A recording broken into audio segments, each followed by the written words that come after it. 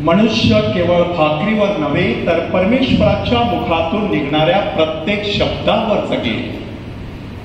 पिता आणि पुत्र आणि पवित्र आत्मा यांच्या नावे. ख्रिस्तधर्माच्या प्रिय बंधू भगिनींनो, पोलंड देशामधील एक सुसज्ज असं हॉस्पिटल, बरेचसे रोगी त्या ठिकाणी उपचार घेत असलेले आणि एक धर्मगुरू, अगदी नवदीक्षित असे धर्मगुरू त्या ठिकाणी त्या रोग्यांची सेवा करण्यासाठी नेमण्यात आले आणि त्या ठिकाणी जायचं, त्यांना कम्युनियन द्यायचं, त्यांचं कुंसार ऐकायचं आणि त्यांना शक्य असेल तर रुग्णाभिषेक साक्रामेंट सुद्धा द्यायचा. अशा प्रकारे त्यांचं प्रेषित कार्य सुरू झालेलं. आणि त्या ठिकाणी त्यांना एक सिस्टर भेटल्या. त्या सिस्टरांनी सांगितलं की ह्या वॉर्डमध्ये एक माणूस आहे, बरेच दिवस आजारी आहे, आता मरणासन्न अवस्थेमध्ये जाऊन पोहोचलेला आहे, कोणत्याही वेळेला त्याचं काहीतरी बरं वाईट होऊ शकतं, म्हणून तुम्ही त्यांना शेवटचा साक्रामेंट देण्यासाठी त्यांच्या मनाची तयारी करा. तो मनुष्य कोणाचं ऐकत नाही. आम्ही बऱ्याच फादरांना तिकडे पाठवून बघितलं, कोणाचंच ऐकलेलं नाही. तुम्ही प्रयत्न करा.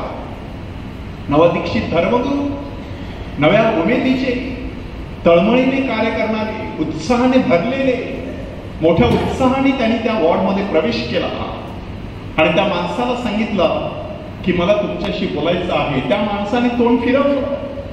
त्याने सांगितलं, मला कोणाशी बोलायचं नाही, माझा परमेश्वरावरती विश्वास नाही, माझ्या हातून भयंकर असं काहीतरी घडलेलं आहे, परमेश्वर मला कधीच क्षमा करू शकत नाही. आणि या धर्मगुरूंनी खूप प्रयत्न केला, माणूस काही ऐकायला तयार नाही. शेवटी धर्मगुरू बाहेर आले. बाहेर आल्यानंतर त्या ठिकाणी सिस्टर उभ्या, हातामध्ये रोजरी. सिस्टरांनी ती रोजरी त्या धर्मगुरूंच्या हातात दिली आणि त्याला सांगितलं आतमध्ये जायचं, त्या माणसाला सांगायचं मी काहीच करणार नाही, इथे बसून नुसती प्रार्थना करणार आहे की प्रभू येशू ख्रिस्ताच्या अति दुःखदायक क्लेशाद्वारे हे प्रभू आम्हावर आणि अखिल जगावर दया कर, अशी प्रार्थना मी नुसती बोलणार आहे. पडत्या फळाची आज्ञा मानून धर्मगुरू ही रोजरी घेऊन आतमध्ये शिरतात आणि त्या माणसाला सांगतात मी तुम्हाला कम्युनियन देणार नाही, तुमचं कन्फेशन ऐकणार नाही, तुम्हाला शेवटचं साक्रामेंट वगैरे काहीच देणार नाही, मी फक्त इथे खुर्चीत बसतो आणि प्रार्थना करतो. तो माणूस सांगतो तुम्हाला काय करायचं ते करा, मला काहीच फरक पडणार नाही. फादरांनी प्रार्थना करायला सुरुवात केली. प्रभू येशू ख्रिस्ताच्या अति दुःखदायक क्लेशाद्वारे हे प्रभू आम्हावर आणि अखिल जगावर दया कर. प्रार्थना सुरू होती. अचानक ह्या माणसाच्या डोळ्यामध्ये अश्रू तरळले. त्या माणसाने मोठ्याने आक्रोश करायला सुरुवात केली, फादर थांबा, तुम्ही जे काही बोलत आहे त्यामुळे माझ्या हृदयाला धडकी भरलेली आहे. खरंच परमेश्वर माझ्यावरती दया करू शकतो का? माझ्या हातून भयंकर असं काहीतरी घडलेलं आहे, मला परमेश्वर त्या पापाची कधी क्षमा करू शकत नाही. आणि फादरांना वाटलं हा माणूस आता हळूच आपलं हृदय उघडत आहे, म्हणून फादरांनी सहज त्यांना विचारलं काय नक्की झालेलं आहे. आणि त्या माणसाने सांगितलं 25 वर्षापूर्वी घडलेली घटना. मी रेल्वेचा मोटरमॅन आणि सुसाट वेगाने माझी रेल्वे धावत होती. सकाळच्या त्या धुक्याच्या प्रसंगात मला काही पुढचं दिसलं नाही, पण त्याच वेळेला एक कार रेल्वे क्रॉसिंग करत होती आणि त्या कारला मी एवढ्या जोरात धडक दिली की ती कार चक्काचूर होऊन त्या ठिकाणी असलेले 5 माणसं ठार झाली, आई, वडील आणि 3 मुलं. त्यानंतर माझ्या जीवाला खूप घोर लागला. मी खूप वेळा हा प्रसंग विसरण्याचा प्रयत्न केला. मला आतमधून पूर्ण खात्री आहे परमेश्वर मला कधीच या पापांची क्षमा करू शकत नाही. आणि मग त्या धर्मगुरूंच्या चेहऱ्यावरती हास्य तरळलं. त्यांनी सांगितलं आज तुमच्या तारणाचा दिवस आहे, आत्ताच समय अनुकूल आहे. परमेश्वर तुम्हाला एक महत्वाची शुभवार्ता देत आहे की ज्या कुटुंबाविषयी तुम्ही सांगत आहात ते माझं कुटुंब, माझी आई, माझे वडील, माझी 3 भावंड पिकनिकला निघालेले आणि सकाळच्या वेळेला मला थोडासा ताप भरलेला म्हणून मी घरीच राहिलेलो. माझं संपूर्ण कुटुंब त्या रेल्वेच्या धडकेने त्या ठिकाणी ठार झालं आणि मग मला अनाथाश्रमामध्ये पाठवण्यात आलं, हॉस्टेलमध्ये पाठवण्यात आलं. कुठेतरी मला देवा धर्माची गोडी लागली. मी धर्मगुरू झालो. आज एक धर्मगुरू म्हणून मी तुमच्या समोर उभा आहे.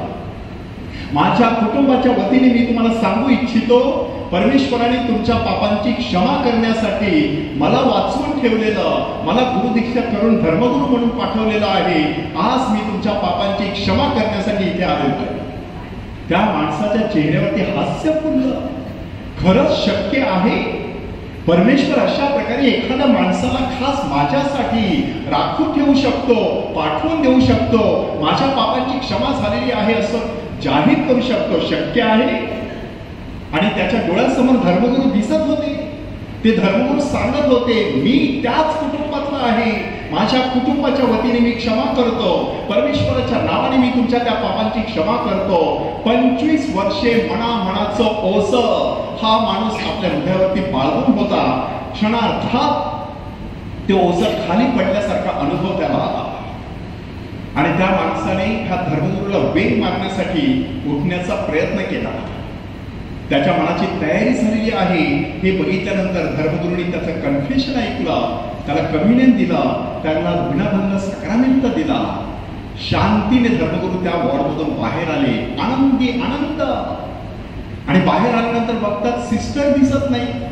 त्या सिस्टरांना गुड न्यूज देण्यासाठी ते थांबलेले, की त्या सिस्टर सांगत होत्या, हा माणूस कोणाचंच ऐकत नाही, तुम्ही प्रयत्न करून बघा. आता ह्या धर्मगुरूंच्या प्रयत्नाला यश आलेलं. आणि आता ते शुभवार्ता सांगण्यासाठी सिस्टर तिकडे नाहीत. त्यांनी तिकडे चौकशी केली. ऍडमिनिस्ट्रेटर किंवा व्यवस्थापक सांगत आहेत, ह्या हॉस्पिटलमध्ये सिस्टर कधीच नसतात, तुम्हाला कुठे सिस्टर दिसल्या?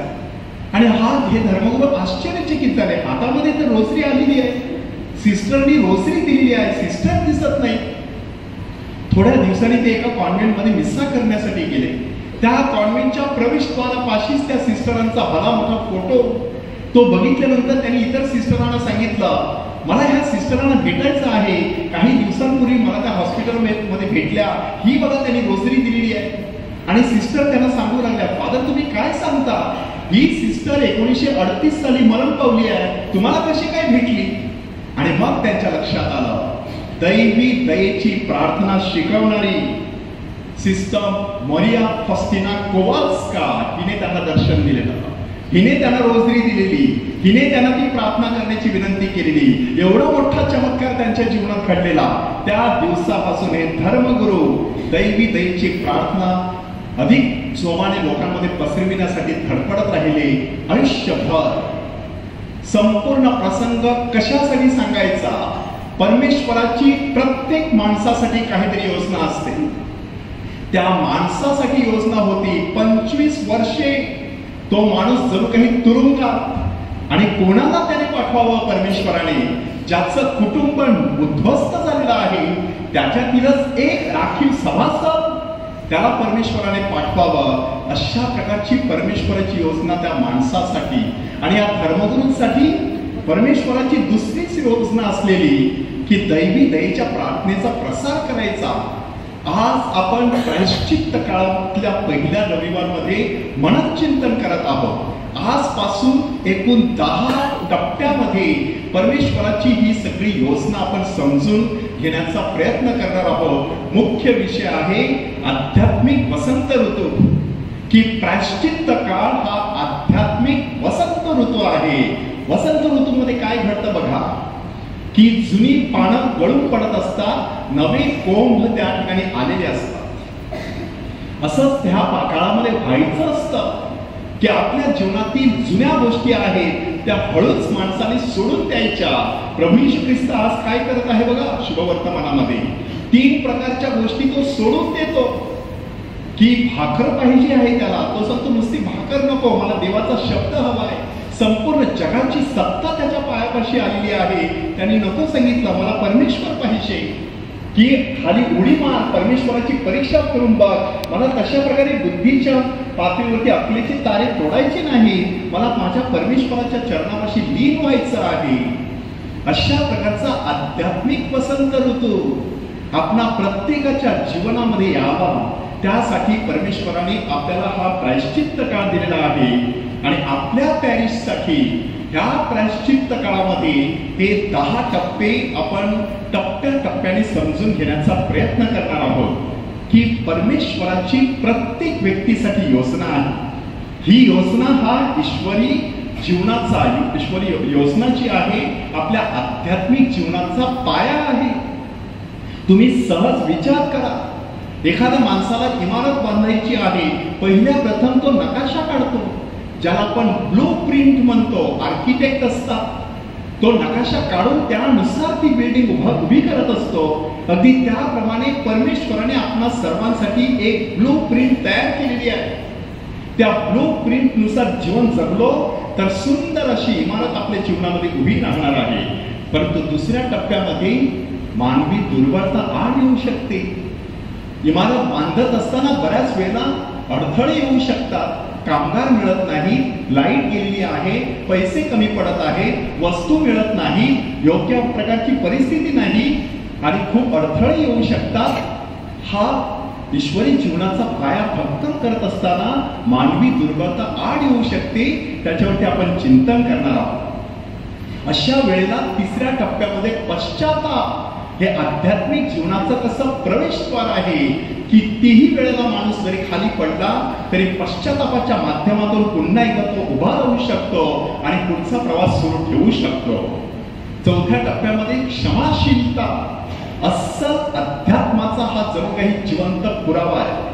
जी व्यक्ती दुसऱ्या व्यक्तीला क्षमा करू शकत नाही ती व्यक्ती आध्यात्मिक आहे असं आपल्याला म्हणता येणार नाही.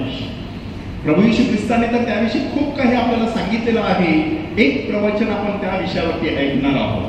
त्यानंतर प्रार्थना आणि शास्त्र वाचन आध्यात्मिक जीवनाचे आधारस्तंभ, की हा आध्यात्मिक वसंत ऋतू ह्या काळामध्ये तुम्हाला अनुभवायचा असेल तर एकीकडे प्रार्थना करायची, दुसरीकडे बायबल वाचायचं. माणूस जेव्हा प्रार्थना करत असतो त्यावेळेला तो देवाशी बोलत असतो. माणूस जेव्हा बायबल वाचत असतो तेव्हा देव त्याच्याशी बोलत असतो, असं मिलानचे बिशप आम्ब्रोस संत यांनी आपल्याला सांगितलेलं आहे. आजच्या शुभवर्तमानामध्ये काय घडत आहे बघा. 40 दिवस प्रभू येशू ख्रिस्त उपवास करतो आणि प्रार्थना करतो. त्यानंतर मोह आलेले आहे, त्या मोहाला तो कसा सामोरा जातो आहे, बायबलचा आधार घेत आहे. मनुष्य केवळ भाकरीवर जगत नाही तर परमेश्वराच्या मुखातून निघणाऱ्या प्रत्येक शब्दावर जगत असतो. बायबलचा आधार त्याने घेतलेला आहे. तुझा देव परमेश्वर ह्याची परीक्षा बघू नकोस, केवळ तुझा देव परमेश्वर ह्याचीच उपासना, त्याचीच सेवा कर. बायबलची सगळी वचनं तो त्या ठिकाणी तोंडपाठ बोलून दाखवतो. आध्यात्मिक जीवनाचा हा आधारस्तंभ आहे. दुःखी मातीच्या पासाच्या दिवशी पवित्र मरिया हा आध्यात्मिक जीवनाचा आदर्श कसा आहे यावरती आपण चिंतन करणार आहोत. आणि झावळ्यांच्या रविवारी आपल्या मानवी जीवनामध्ये जे दुःख येत असतं ते अध्यात्माची अग्निपरीक्षा असते. की माणूस जर त्या दुःखाच्या प्रसंगी, मोहाच्या प्रसंगी ढळला नाही तर तो आध्यात्मिक दृष्ट्या परिपक्व झालेला आहे, भक्कम झालेला आहे. त्याचा तो सुंदर असा पुरावा असतो. पायधुनीच्या दिवशी आपण अतिपवित्र मिस्साबली, त्यामध्ये आध्यात्मिक जीवनाचे जे सौंदर्य दडलेलं आहे त्याच्यावरती चिंतन करणार आहोत. गुड फ्रायडेच्या दिवशी आपण पवित्र क्रूस, ह्या क्रूसाकडून आपल्याला सामर्थ्य घ्यायचं आहे. ह्या जुबिली वर्षामध्ये हा जुबिली क्रॉस आपल्या समोर जो आहे तो आपल्या गावागावामधून फिरणार आहे. त्याद्वारे पोप महोदय आपल्या सर्वांना काय सांगत आहे, हे महोत्सवी वर्ष आहे, हे कृपेचं वर्ष आहे, हे आशेचं वर्ष आहे. त्या काळामध्ये पवित्र क्रूसाकडून सामर्थ्य मिळवायचं आहे. देव प्रीतीचा उभा खांब आणि शेजार प्रीतीचा आडवा खांब जेव्हा एकमेकांना छेदून जात असतो तेव्हा आपल्या श्रद्धेचा क्रूस तयार होत असतो. अशा प्रकारचा क्रूस आपल्या काळजावरती आपण कोरत राहायचं आहे. जीवनामध्ये प्रत्यक्ष कृतीमध्ये उतरवत ठेवायचा आहे. आणि ईस्टरच्या रात्री आपण चिंतन करणार आहोत की पुनरुत्थित ख्रिस्त आध्यात्मिक जीवनाचा उगम आणि उच्चांक. संत पौलने सांगितलेलं आहे, जर प्रभू येशू ख्रिस्त मरणातून उठलेला नसेल तर माझी श्रद्धा व्यर्थ आहे. म्हणजे त्या ठिकाणी माझी श्रद्धा दडलेली आहे. आणि माझ्या श्रद्धेचा उच्चांक कोण आहे? पुनरुत्थित ख्रिस्त. मला पुनरुत्थित जीवन जगायचं आहे. लेच्या पेच्यासारखं जीवन जगायचं नाही, मरगळ आल्यासारखं जीवन जगायचं नाही. उत्साहाने भरलेला, जोश आणि जोम असलेला असा माणूस, श्रद्धावंत, श्रद्धाळू माणूस म्हणून मला ह्या जगामध्ये जीवन जगायचं आहे. अशा प्रकारचा हा आध्यात्मिक वसंत ऋतू ह्या 40 दिवसामध्ये आपण साजरा करणार आहोत. आजचा विषय आहे ईश्वरी योजना आध्यात्मिक जीवनाचा पाया. परमेश्वराने बायबलमध्ये आपली ही योजना आपल्याला प्रकट केलेली आहे. कशा प्रकारे टप्प्याटप्प्याने परमेश्वराने ही योजना आपल्यासमोर प्रकट केली आहे बघा. आज मी फक्त त्यातील 3 टप्पे तुमच्या समोर सादर करणार आहे. उर्वरित जे टप्पे आहेत त्या टप्प्याला आपण पुढच्या रविवारी चिंतनासाठी घेणार. पहिला टप्पा आहे निर्मिती. निर्मिती म्हटल्यानंतर उत्पत्तीच्या पुस्तकामध्ये जे वर्णन करण्यात आलेलं आहे त्या वर्णनावरती चिंतन करायचं.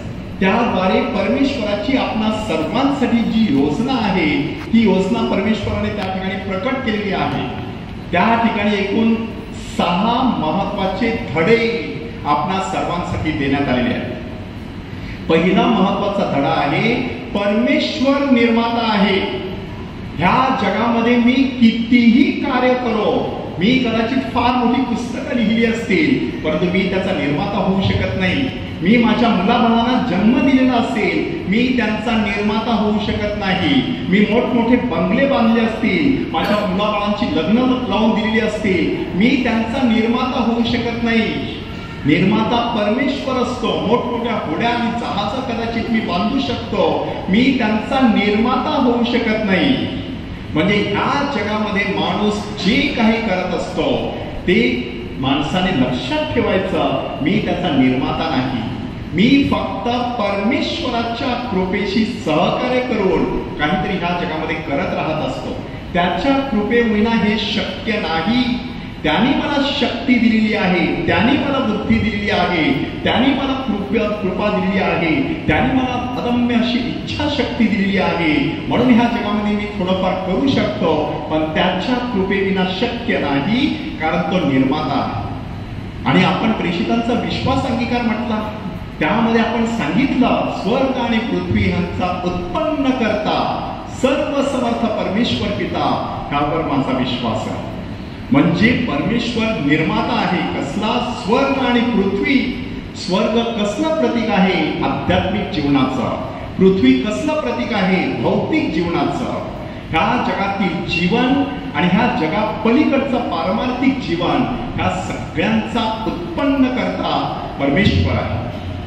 म्हणून तो परमेश्वर ह्या जगामध्ये चराचर सृष्टीमध्ये भरून राहिलेला आहे.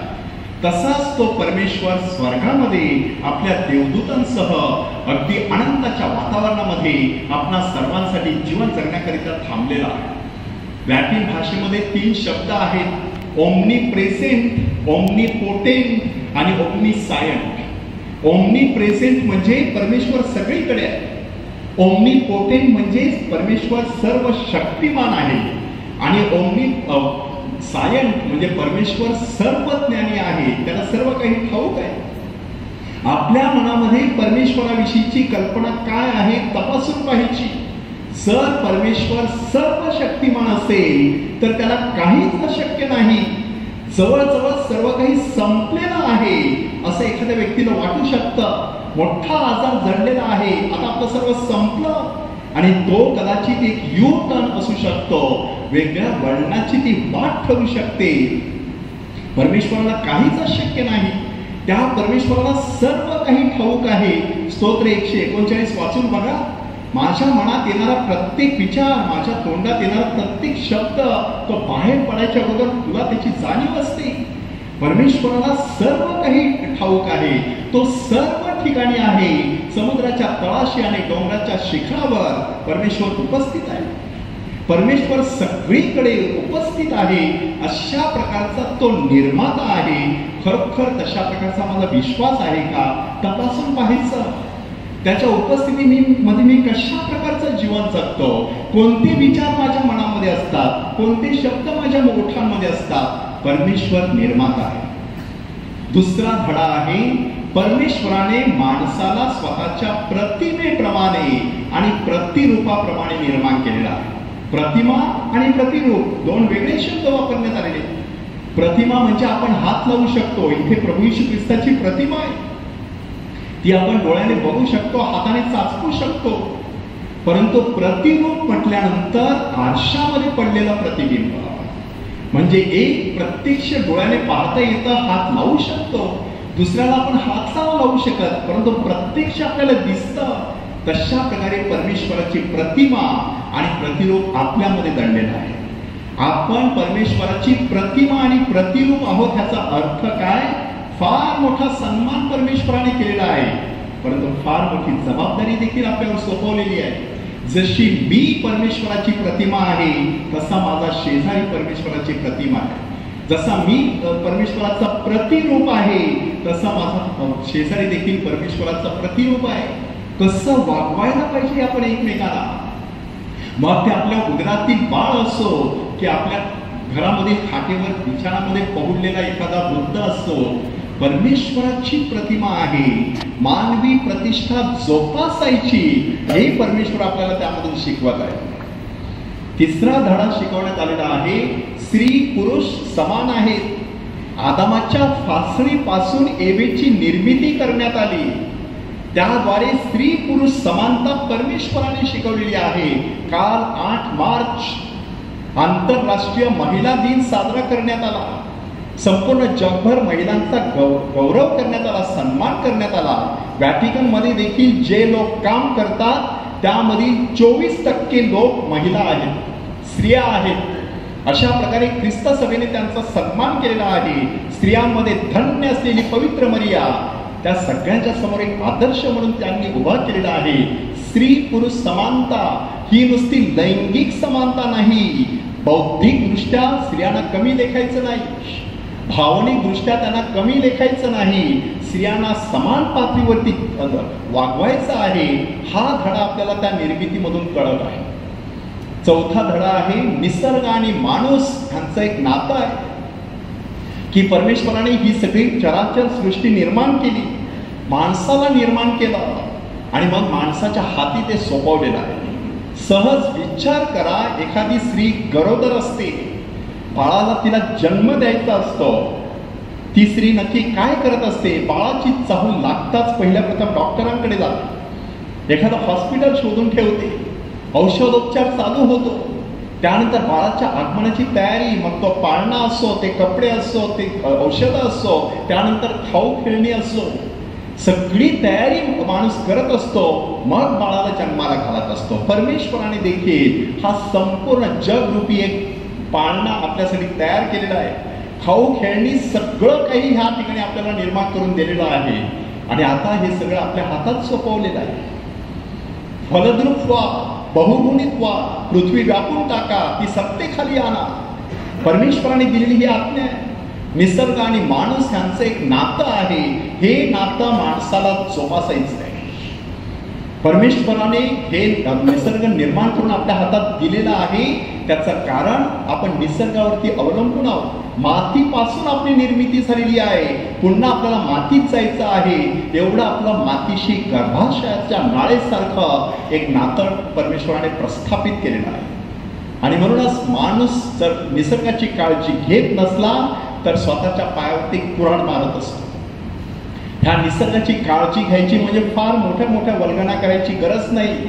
पोप फ्रान्सिस आणि लाउदातो सी नावाच्या परिपत्रकात काय सांगितलंय बघा, आपल्या घरामध्ये अन्न असतं त्याची नासाडी करू नका, निसर्गाने दिलेलं आहे. आपल्या घरामध्ये पाणी असतं त्याची नासाडी करू नका, ते वाया घालवू नका, ते सांडपाणी रस्त्यावर सोडू नका. त्या सांडपाण्यामधून येणारा जो मच्छर असतो तो फक्त तुमच्या शेजाऱ्याला चावेल असं समजू नका, तो मच्छर तुम्हाला पण येऊन चावू शकतो. म्हणून everyone is connected with everyone, everything is connected to everything. Pope महोदय सांगतात की पुढच्या पिढीसाठी कोणत्या प्रकारची पृथ्वी ह्या जगामध्ये आपण ठेवून जाणार आहोत, कोणत्या प्रकारचा समुद्र आपण मागे ठेवून जाणार आहोत, काय नक्की करत आहोत ह्या पृथ्वी मातेचं आणि आपल्या ह्या समुद्र दऱ्याचं आपण काय करत आहोत, ह्याचा माणसाने विचार केला पाहिजे. अगोदरच्या पिढीने हे सगळं माझ्या ताब्यात दिलेलं आहे, पुढच्या पिढीला मला ते द्यायचं आहे, काय मी नक्की करत आहे, माणसाने तपासून पाहायचं. निसर्ग आणि माणूस यांचं अशा प्रकारचं घट्ट नातं आहे. आज आपण ह्या ठिकाणी बसलेलो आहोत, अंगावरती कपडे आहेत, निसर्गाने दिलेले आहेत. ही वीज आहे निसर्गाने दिलेली आहे, वारा हवा आहे पंख्याचा निसर्गाने दिलेला आहे. निसर्गाने एवढं सगळं आपल्याला दिलेलं आहे. आपल्याला ह्या निसर्गाची काळजी घेणं गरजेचं आहे. परमेश्वराने निर्मितीच्या वेळेला दिलेला हा धडा आहे. 5वा धडा आहे, माणूस नश्वर आहे, मातीपासून निर्माण करण्यात आलेला आहे. हे मातीचं मडकं, ह्या मातीच्या मडक्यामध्ये स्वर्गीय संपत्ती त्याने घातलेली आहे की त्या नागपुड्यामध्ये परमेश्वराने स्वतःचा श्वास फुंकला आणि आदाम जीवधारी प्राणी बनला. अशा प्रकारची माणसाची निर्मिती त्या ठिकाणी करण्यात आलेली आहे. परंतु माणूस नश्वर आहे, क्षणभंगूर आहे. एक ऍक्सिडेंट झाला की माणूस संपू शकतो. एक ठोक बसली, एक मोठा आजार चढला, एक हार्ट अटॅक आला, किडनीज खराब झाल्या किंवा लंग्सला काहीतरी संसर्ग झाला, माणूस संपू शकतो. म्हणजे अशा प्रकारे आपली नश्वरता माणसाने जाणून ठेवायची की आज मी असा आहे, उद्या मी असे सांगता येत नाही. गेल्या वर्षी काही लोक आपल्या बरोबर होते प्रायश्चित्त काळात, यांना नाही आहे. पुढच्या वर्षी काही लोक नसणार आहेत. हे शाश्वत सत्य आहे की एक दिवस मला ह्या जगातून निघून जायचं आहे. म्हणून जोपर्यंत ह्या शरीरामध्ये ताकद आहे, श्वास आहे, रक्ताचा थेंब आहे, तोपर्यंत मला परमेश्वराची सुवार्ता पसरविता आली पाहिजे. माझ्या शरीराने मला परमेश्वराचा गौरव करता आला पाहिजे. माझं शरीर एक ग्रहणीय यज्ञ म्हणून परमेश्वराला मला सादर करता आला पाहिजे. आणि मग 6वा महत्वाचा धडा की माणूस अशा प्रकारचा क्षणभंगूर असल्यामुळे त्याच्या हातून बरं वाईट काहीतरी घडू शकतं, त्याच्या हातून पाप घडू शकतं. परंतु तिथे सगळं काही संपत नाही. परमेश्वर सांगतो, भिवू नकोस, मी माझा पुत्र तुझ्या तारणासाठी पाठवणार आहे. हा प्रभू येशू परमेश्वराच्या तारण योजनेमधील उच्चांक आहे. देवाने जगावर एवढी प्रीती केली की त्याने आपला एकुलता एक पुत्र ह्या जगामध्ये पाठवून दिला. अशा प्रकारची ईश्वरी योजना परमेश्वराने आपणा सर्वांसाठी तयार ठेवलेली आहे. ह्या ईश्वरी योजनेचा पहिला टप्पा आहे निर्मिती, दुसरा टप्पा आहे निवड. म्हणजे परमेश्वर नुसतं निर्माण करतो आणि आपल्याला वाऱ्यावर सोडून देतो असं नाही. परमेश्वर काही लोकांना निवडून घेत असतो. परमेश्वराने इस्रायली लोकांना निवडून घेतलं. अब्राहम, त्याला निवडून घेत असताना त्याची अपात्रता बघितली नाही. 75 वर्षाचा माणूस, मुलबाळ पोटी नाही, ह्याच्यातून मी मोठं राष्ट्र निर्माण करीन, अशा प्रकारची योजना त्याने आखावी. आणि नंतर आपण बघितलेलं आहे श्रद्धेचा आदिपिता म्हणून अब्राहमाचा एवढा मोठा गौरव आज ख्रिस्त सभा करत असते. परमेश्वर निवड करत असतो. परमेश्वराने मोशेची निवड केली, दाविदाची निवड केली, शल्मोनाची निवड केली, प्रभू येशू ख्रिस्ताने प्रेषितांची निवड केली आणि आपणा सर्वांची परमेश्वराने निवड केलेली आहे. परमेश्वराने मला निवडलेलं आहे ह्याची मला जाणीव आहे का? येशू आपल्या प्रेषितांना सांगतो, तुम्ही मला निवडलेलं नाही, मी तुम्हाला निवडलेलं आहे. गर्भाशयामध्ये असताना सिरमाया संदेशाला सांगण्यात आलेला आहे, तू तुझ्या मातेच्या गर्भाशयात असताना मी तुला निवडलेला आहे, मी तुला राष्ट्रांचा प्रकाश म्हणून नेमलेला आहे. सहज विचार करा. सुरुवातीला जे उदाहरण आपण ऐकलं त्याच्यावरती चिंतन करून बघा, कसा परमेश्वराने तो मुलगा निवडला असेल आणि मग तो धर्मगुरू होतो, त्या माणसाच्या पापांची क्षमा करतो, एका नवीन जीवनाचा त्या ठिकाणी प्रारंभ होऊ शकतो. परमेश्वराने मला निवडलेला आहे. परमेश्वर जेव्हा एखाद्या माणसाला निवडत असतो तेव्हा तो माणूस 5 टप्प्यामधून जात असतो. देवाचा अनुभव, मग परमेश्वर त्याला प्रेषित कार्य देतो.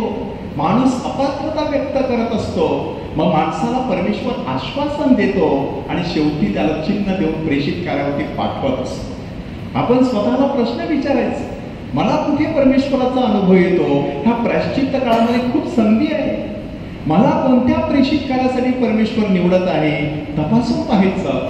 मला कोणत्या प्रकारची अपात्रता अजून जाणवत आहे, पुढे यायला वाटत नाही, तपासून पाहायचं. कितीतरी संघटना आहेत, पीक फार आहे, कामकरी थोडे आहे, आपल्या पॅरिशमध्येच केवढं काम आहे, कोणती गोष्ट मला अजून मागे ओढत आहे, तपासून पाहायचं. आणि 4थ्या टप्प्यामधील परमेश्वराचे शब्द ऐकायचे, भिवू नकोस, मी तुझ्या बरोबर आहे. परमेश्वर चिन्ह देत असतो, त्याचा अर्थ लावण्यासाठी बुद्धी मागायची. अशा प्रकारे परमेश्वर आपली निवड करत असतो. आणि त्यानंतर तिसरा टप्पा, परमेश्वराने आपल्या बरोबर करार केलेला आहे. ईश्वरी योजनेचा हा अत्यंत महत्वाचा भाग आहे. आदामाने एवे बरोबर करार केला, नोहा बरोबर करार केला, अब्राहमा बरोबर करार केला, मोशे बरोबर करार करून त्यांनी 10 आज्ञा आपल्याला दिलेल्या आहेत. दाविदा बरोबर करार केला, त्याच्या घराण्यामध्ये येशू जन्माला आला. शल्मोना बरोबर करार केला, मोठं मंदिर उभारलं गेलं. इर्मया बरोबर करार केला, माणसाच्या हृदयामध्ये तो लिहिला जाईल असं सांगण्यात आलं. आणि मग ह्या कराराचा उच्चांक गाठलेला आहे प्रभू येशू ख्रिस्तामध्ये, की परमेश्वर अंशाने ह्या सगळ्या लोकांशी बोलत होता, परंतु आता येशूच्या द्वारे परमेश्वर आपणा सर्वांशी बोललेला आहे. अशा प्रकारे हा करार परमेश्वराने आपल्या सर्वांशी केलेला आहे. माणसाने मात्र तपासून पाहायला पाहिजे. मी बाप्तिस्मा स्वीकारलेला आहे म्हणजे करार केलेला आहे. मी ख्रिस्त शरीर स्वीकारलेला आहे म्हणजे मी करार केलेला आहे. मी कराराचा कोश बनलेलो आहे. मी दृढीकरण साक्रामेंट स्वीकारलेला आहे म्हणजे पवित्र आत्म्याचं मंदिर बनलेलो आहे. मी करार केलेला आहे. अशा प्रकारे विवाह साक्रामेंट स्वीकारलेला आहे म्हणजे मी एक करार केलेला आहे. त्या वैवाहिक जीवनाची शुद्धता मला ठेवली पाहिजे. आम्ही धर्मगुरूंनी दीक्षा स्वीकारलेली आहे, परमेश्वराशी करार केलेला आहे. त्याच्या वेदीवरती उभे राहण्यास पात्र ठरावेत म्हणून आम्ही धडपडत राहत असतो. हा करार परमेश्वराने केलेला आहे. आपला काय प्रतिसाद असणार आहे? ह्या प्रायश्चित्त काळामध्ये आपण प्रवेश केलेला आहे. परमेश्वराकडे खास एक कृपा मागूया की हा आध्यात्मिक वसंत ऋतू त्याचा आस्वाद घेण्यासाठी हे परमेश्वरा आम्हा प्रत्येकाला तुझी योजना समजून दे, की तू आम्हाला तुझ्या प्रतिमेप्रमाणे निर्माण केलेला आहेस. ही तुझी प्रतिमा कधीच आम्ही डागाळू नये. तू आमची निवड केलेली आहेस म्हणून आम्ही कधीच निष्क्रिय राहू नये. तू आमच्याशी करार केलेला आहेस म्हणून आम्हाला तुझ्याशी विश्वासू राहण्यास मदत कर. आणि प्रभू येशू ख्रिस्ताचे शब्द सतत आपल्या ओठांवरती ह्या दिवसात असले पाहिजे की मनुष्य केवळ भाकरीवर नव्हे तर परमेश्वराच्या मुखातून निघणाऱ्या प्रत्येक वचनाने जगेल. पिता आणि पुत्र आणि पवित्र आत्मा यांच्या नावे आमेन.